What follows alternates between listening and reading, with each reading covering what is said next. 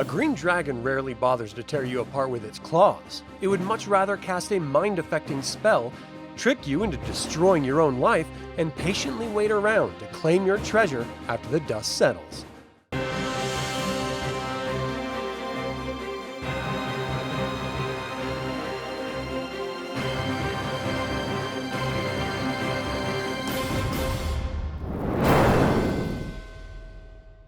Welcome to another DragonLance Saga episode. My name is Adam, and today we are venturing into the sunless canopies of Ansalon's dense forests to unravel the cunning mind, serpentine anatomy, and insidious politics of green dragons. I'd like to take a moment and thank the DL Saga members and Patreon patrons, and invite you to consider becoming a member or patron. You can even pick up Dragonlance Media or get $10 signing up to start playing games using my affiliate links. I'm referencing the Dragons of Krynn sourcebook for this information. If I leave anything out or misspeak, please leave a comment below. To truly understand green dragons, you have to realize that their physical appearance sets them apart from every other chromatic dragon on Krynn. Uniquely, green dragons have no horns at all until they reach a very advanced age, giving them a smooth, serpentine look that has inspired legends of winged snakes among the tribal peoples of Nordmar and Throttle. They feature small, streamlined heads with short snouts, tiny ear flaps, and a prominent dorsal fin that runs from the middle of their forehead down to their tail, reaching its highest peak along the neck. As they age into full adulthood, a small rhinoceros-like nose horn finally emerges, though it rarely exceeds 4 to 6 inches. Their scales are small, tightly bound, and smooth to the touch, resembling the skin of a garden snake. Reaching maximum lengths of around 85 to 90 feet, a huge portion of the length is made up of their unusually long, sinuous neck and tail. That extra long neck serves a vital ecological purpose in dense woodland habitats. It allows a green dragon to peer over the treetops without needing to take flight. Flying over their own territory carries a distinct risk because their chlorine gas breath weapon defoliates trees and rots plant life. Using that breath weapon upon a forest canopy can ruin the very woodland they call home, and it spoils any prey they intend to eat. Because of this, green dragons hunt without their breath weapon whenever possible, though the heavy, unmistakable scent of chlorine permeates their entire territory regardless. Ecologically, green dragons dominate the deep jungles and forests of Ansalon, particularly in Nordmar, the woods of Lyons, and the historic woods of Qualinesti.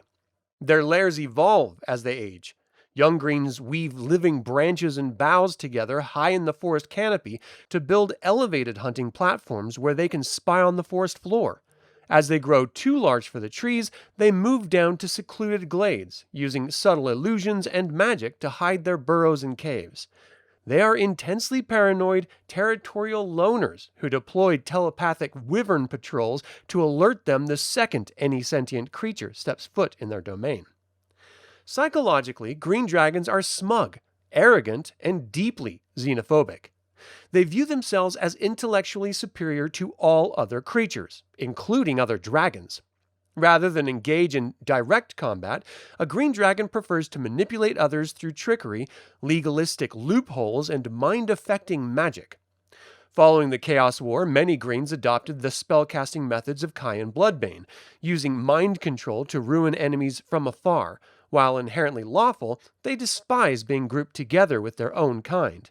If forced to coexist, tensions rapidly boil over into internal power struggles, unless held in check by a truly terrifying leader like a dragon overlord. This sinister psychology heavily shapes their race relations. Greens despise mortal races and only serve greater evils when coerced by superior force. In recent years, following the deaths of Cyan Bloodbane and the dragon overlord Beryl, green dragons have developed a burning vendetta against elves. In Sylvanesti, Greens allied with Minotaur invaders to hunt elven rebels, while in Nordmar they act as ruthless jungle cult lords, demanding young maidens as sacrifices from local villagers.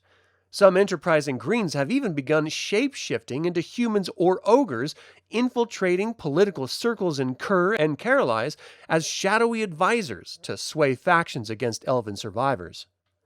Religiously, green dragons held a shockingly cynical attitude towards Takesis. While they offered groveling, pious praise to her face, they mocked her behind her back and sneered at her constantly failing schemes. When the Dark Queen ultimately fell, the Greens felt vindicated in their own superiority, taking her demise as proof of their own brilliance. In the power void following her death, Hidukel, the Prince of Lies, has stepped in to cultivate the Greens, finding their deceitful, manipulative nature to be the perfect vessel for his divine interests. Several green dragons stand out as absolute titans in Krynn's history. Koril was the firstborn ancestor of the clan who perished in the Age of Dreams when Aurora ripped out his throat. Sven was a villainous worm of the same ancient age who waged a continent-spanning war against the bronze dragon Duranix. In modern times, Lorinar, also known as Fume, was an alien dragon who claimed the Woods of Lehew before vanishing after the War of Souls. Parcianix, known as Poison, is an ancient veteran of the Third Dragon War and the War of the Lance who currently plots from the borders of Qualinesti, preparing to step out of retirement to lead the clan. Then, of course, there are the two most infamous green dragons to ever terrorize Krynn.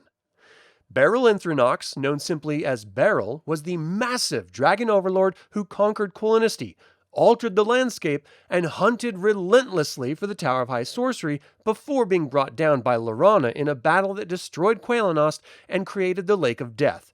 And finally, Cyan Bloodbane, the student of Galen Dracos who trapped King Lorak in the horrific nightmare of Sylvanesti, served Raceland Magir, and manipulated political powers for generations before falling to Mina in the War of Souls. Whether weaving dark illusions high in the forest canopy, or manipulating mortal kingdoms from the shadows, the green dragons of Krynn represent the ultimate blend of draconic malice and intellectual cruelty. How would your adventuring party deal with a dragon that attacks your minds long before you ever see its scales? Leave a comment below. I'd like to invite you to subscribe to this YouTube channel, ring the bell to get notified about upcoming videos, and click the like button. It all helps other DragonLance fans learn about this channel and its content. Thank you for watching. This has been Adam with DragonLance Saga, and until next time, remember, threats are for the fearful. I merely state facts.